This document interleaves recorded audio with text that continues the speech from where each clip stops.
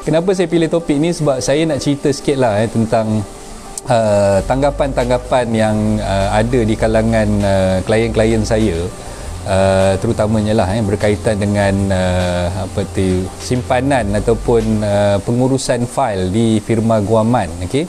So saya nak beritahu kat sini lah tuan-tuan dan puan, bagi mungkin ada yang tanya-tanya ataupun masih lagi dalam dilema macam mana sebenarnya peguam menguruskan fail. Kita tuan-tuan dan puan, especially dalam kes-kes conveyancing, dalam kes-kes harta pening, jual beli rumah, jual beli hartanah dan sebagainya. Okey, dalam menguruskan fail tersebut, peguam biasanya akan menyimpan, akan menyimpan dokumen, akan menyimpan segala perjanjian, akan menyimpan segala surat menyurat berkaitan dengan fail tersebut selama 10 tahun. Okey, selama 10 tahun. Itu biasanya tempoh maksimum lah yang kita akan simpan fail tersebut. Okey, contohlah, katalah tuan-tuan puan buka fail dengan firma guaman saya pada tahun 2020.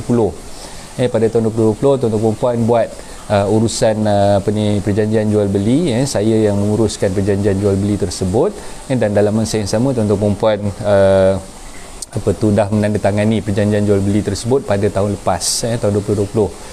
Okey, maknanya tempoh fail tu akan disimpan dalam rak simpanan ataupun kita panggil sebagai kita punya arkib lah, archive. Archive tu maksimum dalam tempoh 10 tahun.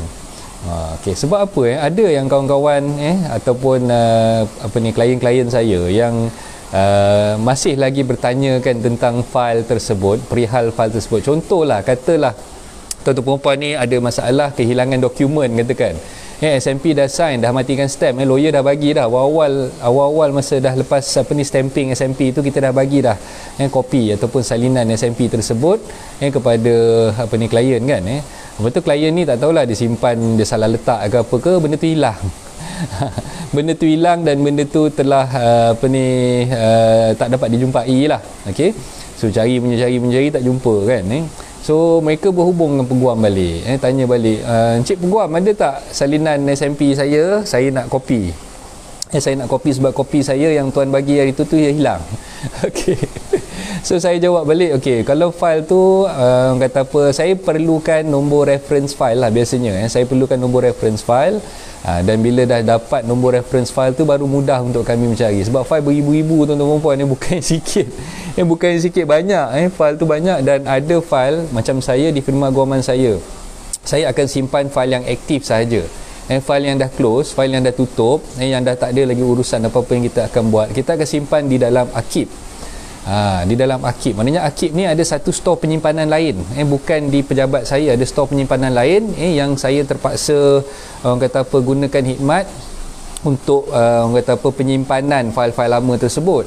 Okey, jadi bila nak cari file tu, kalau katalah tahun 2015 lah katakan, dah 6 tahun lepas kita buat perjanjian jual beli tu, InsyaAllah boleh dapat, dokumen tu boleh dapat. Cuma yang saya nak tegaskan di sini, perlukan masa sikit lah.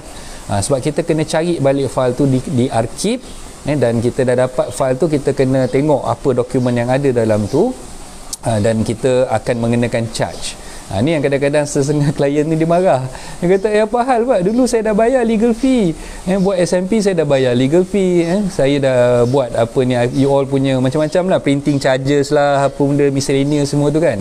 Tapi saya cakap dengan diorang balik, sebenarnya yang tuan-tuan puan bayar tu, itu untuk saya menguruskan perjanjian jual beli, documentation ketika file tu masih aktif.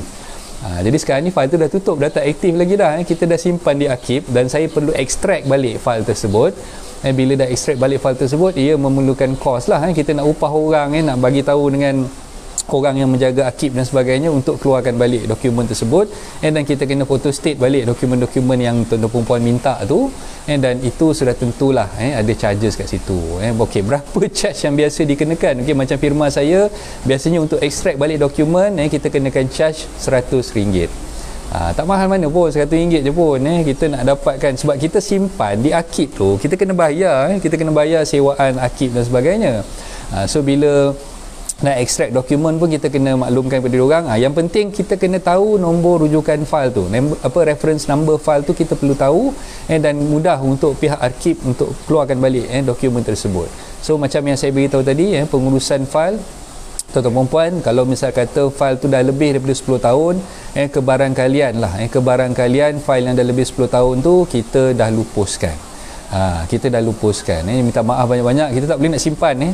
Kalau lebih daripada 10 tahun kita masih simpan lagi, kalau katalah sign SMP tahun 2000 katakan, sekarang ni dah dah 21 tahun dah dah 21 tahun dah file tu kan. So kemungkinan file yang ada tu tak cukup lah tempat yang kita nak simpan tu kan, ruang penyimpanan tu tak cukup lah. Kita nak cari balik memang satu kerja pula kan. Jadi tu yang saya maklumkan kat sini. Okay, yang pertama yang saya nak bagi tahulah tentang pengurusan fail tersebut. Tuan-tuan puan perlu faham, peguam biasanya simpan untuk tempoh 10 tahun. Lebih daripada 10 tahun biasanya fail-fail tu akan dilupuskan.